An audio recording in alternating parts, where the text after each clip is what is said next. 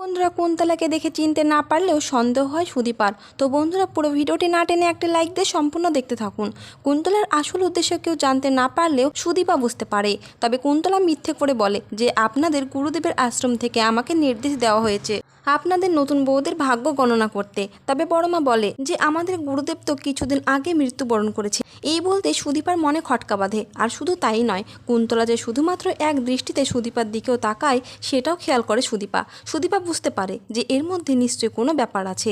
এই বলে সুদীপা কুন্তলাকে বলে গুরুদেব যখন কিছুদিন আগেই মারা গিয়েছে তাহলে এনাকে কিভাবে পাঠালো, নাকি অন্য কোনো উদ্দেশ্য আছে যে তা আমাকে খুঁজে বের করতে হবে। তারপরে সুদীপা ও পরমার ভাগ্য গণনার নাম করে তাদের কুণ্ডলী নেয় আর সেখান থেকে বোঝার চেষ্টা করে তাদের জন্ম তারিখের মিল আছে কিনা। কিন্তু ভাগ্য চক্রে কুন্তলা দেখে ফেলে তাদের জন্ম তারিখ ঠিক এক। এটা দেখে কুন্তলা অবাক হয়ে পরমার দিকে তাকায় আর ভাবে এই পরমাকে আমাকে জানতেই হবে, তার আসল পরিচয় খুঁজে বের করতেই হবে।